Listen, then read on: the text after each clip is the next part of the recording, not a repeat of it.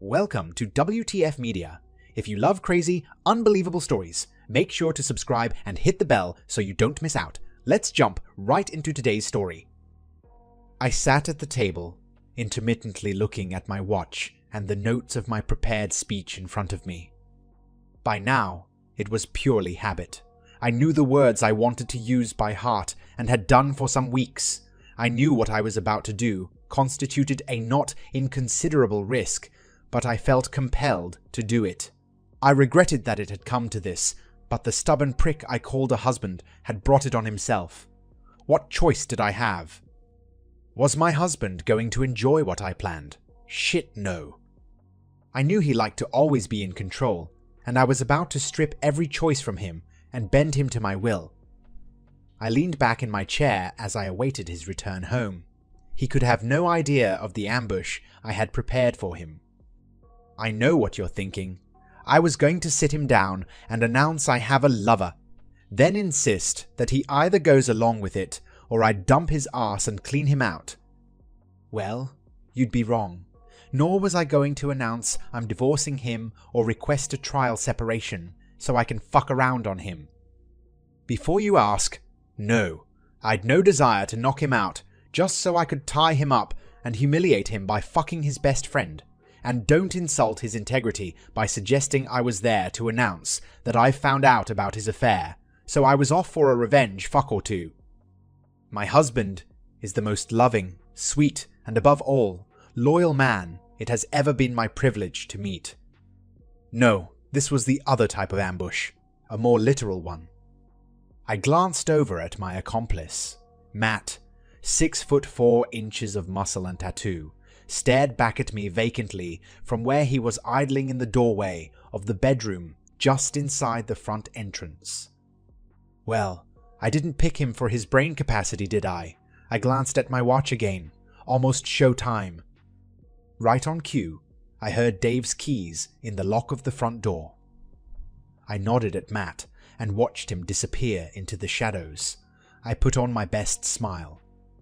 Dave opened the door and without looking inside, shut it behind him.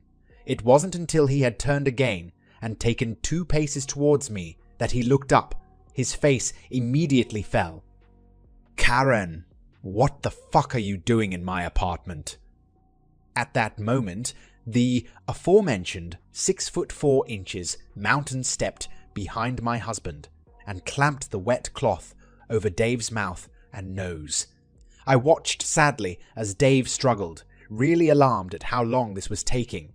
In the movies, those chloroformed passed out immediately. In reality, my husband struggled and thrashed, and his eyes rolled around, trying to see his attacker, but the huge biker knew his business.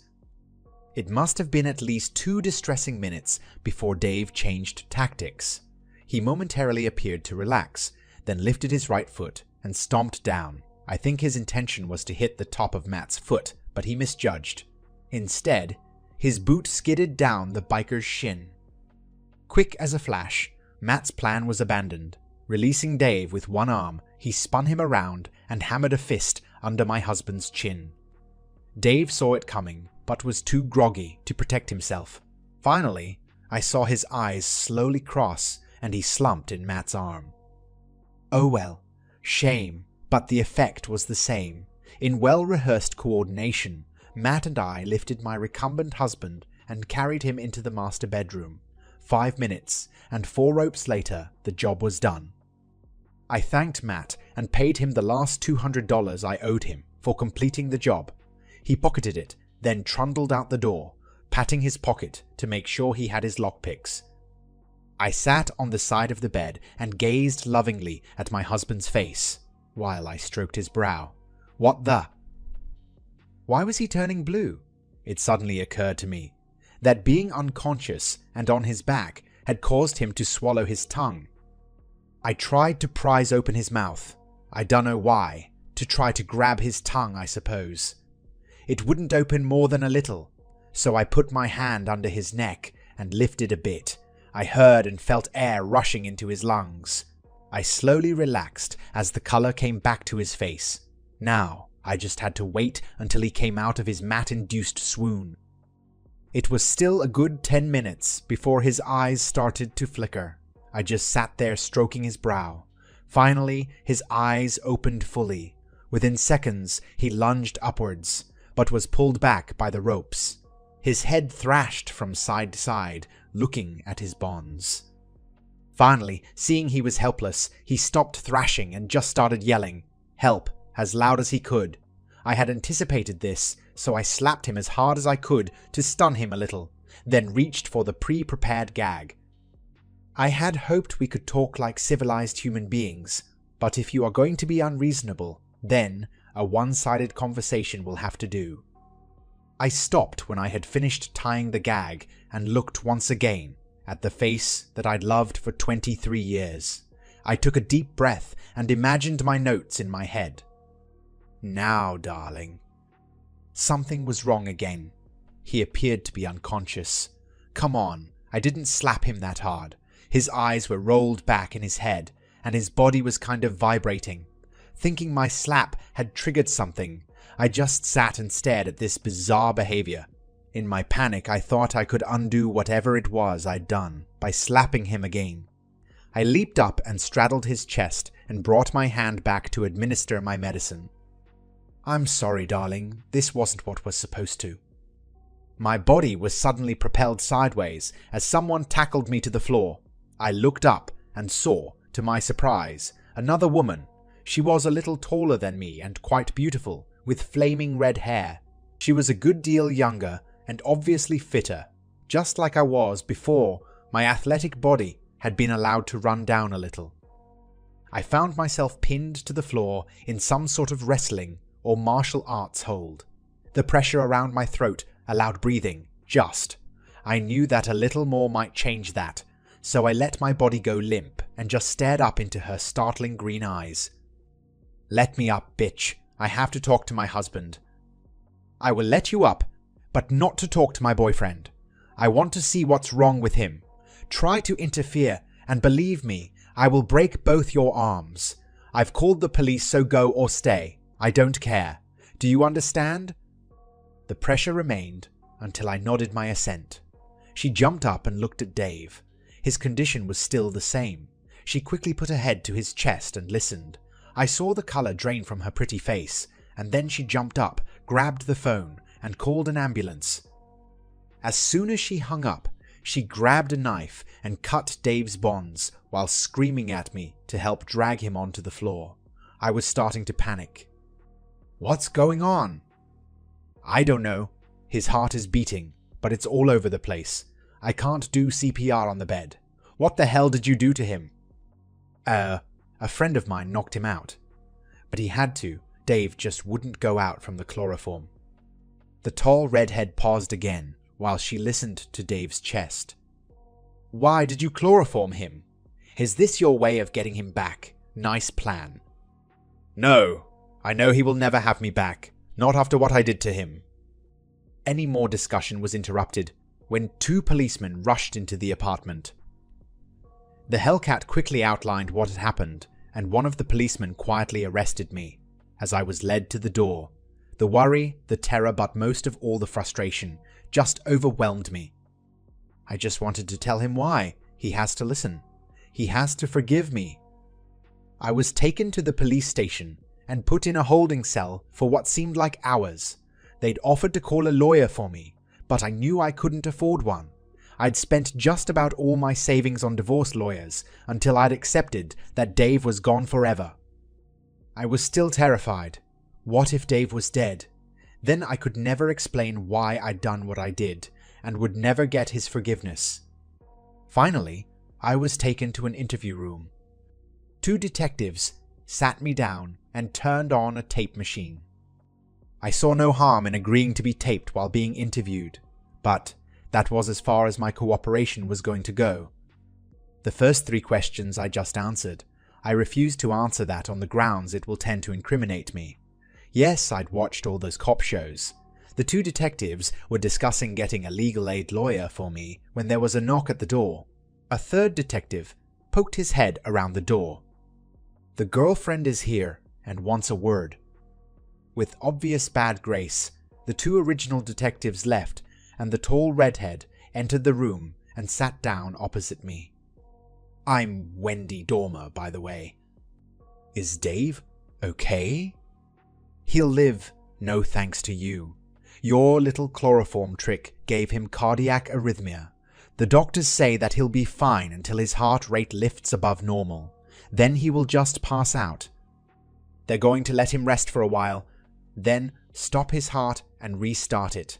There's a 90% chance he'll be back to normal. Otherwise, it's a pacemaker for the rest of his life. Relieved, I took the opportunity to look at her. She was statuesque in a bimboish kind of way, with a body that I would have been happy to have at her age. One look in her eyes told me that, although she was my superior in every physical aspect, I had the drop on her intellectually. I wondered why she was here. She answered that for me. Look, Karen, this shit has to stop. When are you going to get it through your thick head that Dave doesn't care why you did the nasty on him? He just wants the divorce and to move on with his life. But he has to listen to me. No, he doesn't. You need to tell him, but there's no law that says he has to listen.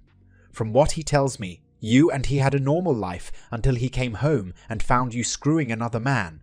He said that, as far as he was concerned, you had opted out of the marriage and he wants nothing more to do with you. But he owes it to me to just listen to why I did what I did. I know he and I are finished, but he has to forgive me. After he moved out, I tried phoning him, but he never answered. The same went with the emails. They just disappeared into the ether, and I never heard anything. I sent him a letter, and he just returned it unopened. I even tried a registered letter, but he refused to accept it. God, it is so frustrating.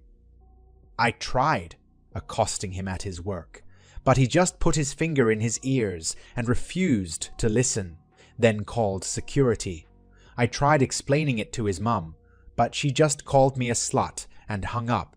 I even tried getting my mum and dad to intervene, but they told me they didn't want anything to do with me anymore. That hurt, but not as much as when my own kids refused to talk to me. My last effort was to refuse to sign the divorce papers unless he sat down with me one-on-one. He just halted the process. It is so fucking frustrating. If I could just tell him why I did it, then we could all move on and people would just start talking to me again. What people? Anyone. Yes, I can see it would be frustrating. Let me tell you, Dave was disappointed that the kids took the attitude they did. He tried to tell them they shouldn't judge you, that the crimes you committed were against him, not them. But they're adults now and can form their own opinions. They're good. Kids, they and my two get on really well. When did you see them? Did you go to Sydney? No, they were here last week. It's the second semester break. She let the news that my own children were in town, but didn't come to see me, sink in. Look, Karen, if it's going to save Dave's life and stop you doing this shit again, I'll be happy to listen to you now. I promise to try to get Dave to hear me out. I seriously considered her offer. I stared at her innocent, slightly vacuous expression. What the hell? I had nothing to lose and lots to gain. The police had only a circumstantial case, with only Dave as a direct witness. I knew I could rely on his good nature, not to press charges against me. If this bitch tried to make a statement, I would just deny it. Shit, in my business life, I had two dumb pricks like her before breakfast every day. I decided to sound her out on one of the minor justifications I'd prepared. Okay, I was a virgin when we married, and I'd always thought I may have been missing out on something. Yes, Dave thought it might be something like that. But he said that getting married a virgin had been at your insistence. He said he'd put gentle pressure on you two. Give it up. He even said he flagged it as a potential problem. Way back then, I agreed with him that it would be grossly unfair for you to use that as a reason when it was your choice back then. Wendy's interruption caught me by surprise. She was being a little more forceful than I'd expected. That was nothing to the surprise of her next statement. And don't try to tell me you were just getting even for Dave playing away or neglecting you. The kids told me that, growing up, he'd always been attentive to you and spent all his free time with you and them. Don't try to tell me that he cheated on you first. I know him well enough to say that he is the most loyal, trustworthy, honorable, and respected man I have ever met. He would never dream of disrespecting you." This woman was starting to piss me off with her naivety. I knew my voice was louder and shriller than I meant it to be, but I was beyond caring. "Well, that was the fucking problem, wasn't it? Respect. I've got a friggin' university degree. Dave never made it past high school. I clawed myself up the corporate ladder after taking off 10 years to look after the kids, and nobody said shit. Dave gets promoted to foreman, and it's like everyone thinks he's been elected president. I hang around with smart business professionals who drive BMWs and dress nicely. He hangs around with sweaty, blue-collar yobs who drive Fords. He gets to eat what he likes and still looks hot while I diet my arse off, and still looks hot while I diet my arse off and still end up looking like a pudgy middle-aged housewife, even after the facelift and the boob job. Everyone likes Dave. Everyone respects Dave. Everyone wants to be with Dave. I hate it." I paused to try to lower my voice below the screech I knew it had become. Even when I got a promotion last year to group manager, all my own parents could say was that with all the money they'd spent on my education, they expected nothing less, but that didn't stop them from raving about Dave's bonus. I earned more in 3 weeks than Dave's bonus was for the entire year. It just wasn't fair. That year, I spent a bloody fortune on a hairdo, makeup, and a dress for my company's Christmas party. I turn up and all anyone has to say is, "Where's Dave?" Do you have any idea what it's like to know you are socially, financially, and intellectually superior to your husband, yet your own parents seem to like him more than you? Wendy shook her head. Karen thought Wendy was the type of person she most hated, the sporty bimbo at school who had her pick of the boys, the vacuous type that hung around her husband at parties and laughed at his crude jokes while she was trying, but failing, to impress people with her knowledge and intellect, the ones that agreed with him whenever there was a disputed point, even when her argument was superior. Not just the women, but all the guys as well. The ultimate humiliation was when, after one argument, Dave came to her defense against the mob. The argument had been about stay-at-home mums. Dave had jumped in and extolled her virtues as a mother who had selflessly sacrificed her early career to give the children what they needed: a loving, nurturing environment. His comments on how good she looked after the ravages of 2 children should have drawn them together, but had the opposite effect. She, the group manager, has to be rescued by a foreman. Well, after a while, I really started to resent it. Every time I tried to prove I was better, in just some small way, it backfired. Just made me look competitive and worse, made people rally around Dave.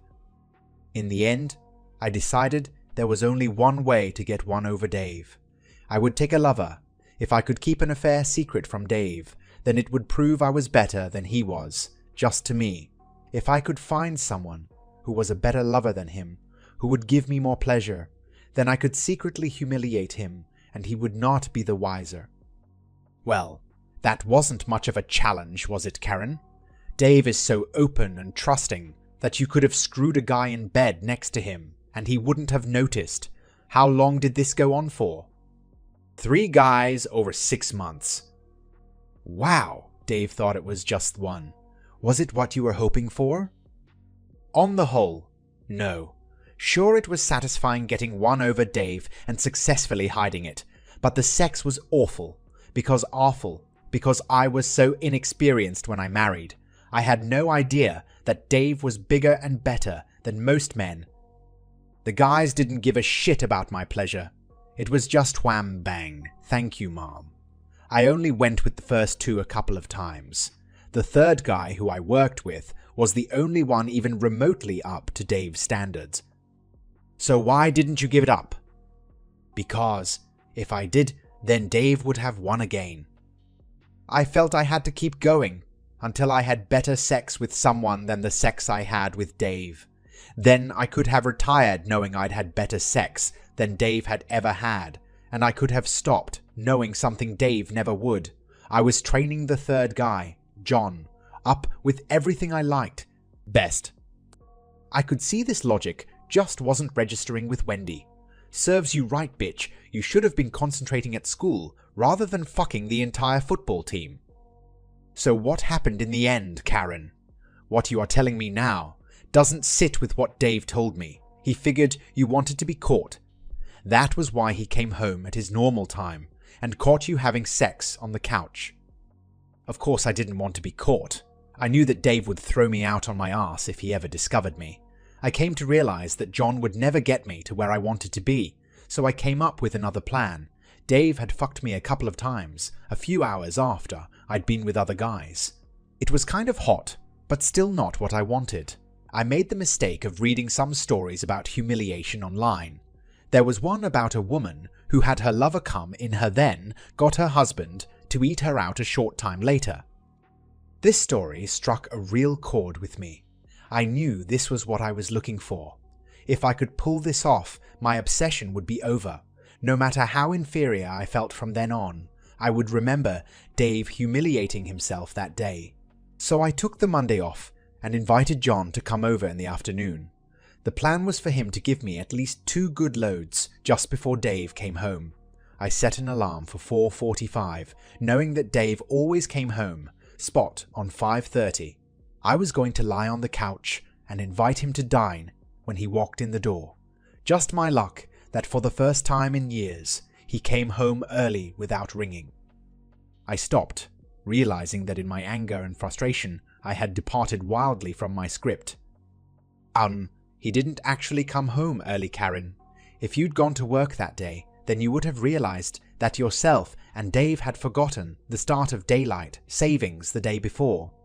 He turned up to work an hour late, but left at normal time. He said he'd rung and left a message on your cell. I really don't know why you thought all that was necessary, Karen. I've talked to Dave a lot about this, helping him heal. At no time did he ever give me the impression he thought he was superior to you.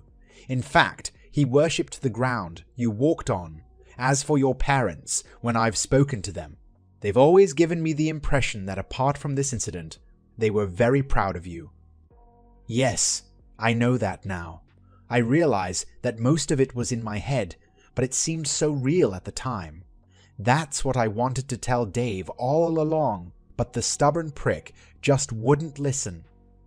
So you cooked up this little scheme to make him listen to you. Well, I found out where Dave was living and hired a friend of a friend to help me tie him up so he would be forced to listen. I bought some chloroform on the internet and broke into Dave's apartment. When he came in, the guy was supposed to chloroform him and help me tie him up.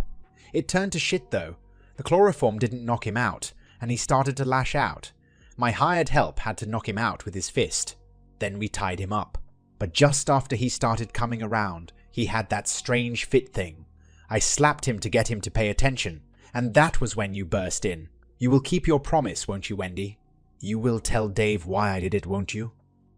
Before I answer that, Karen, I just wanted to ask how you think your scheme turned out. Well, Dave won again, didn't he? I lost my job, all my friends and family deserted me, and even my own kids won't even tell me when they're in town. Meanwhile, Dave gets to be the victim. My reputation is in tatters. I'm damaged goods. If I ever want a date, I'll have to leave town. Dave gets women, flocking to line up just on the off chance you and he split up. No chance of that, Karen. I know gold when I see it. Now back to your question. I have no intention of telling Dave your twisted logic for destroying his life. Frankly, I didn't understand a word of it, and I can only see it inflicting more pain on him. Maybe one day when he is stronger, I'll trickle feed it to him. Who knows?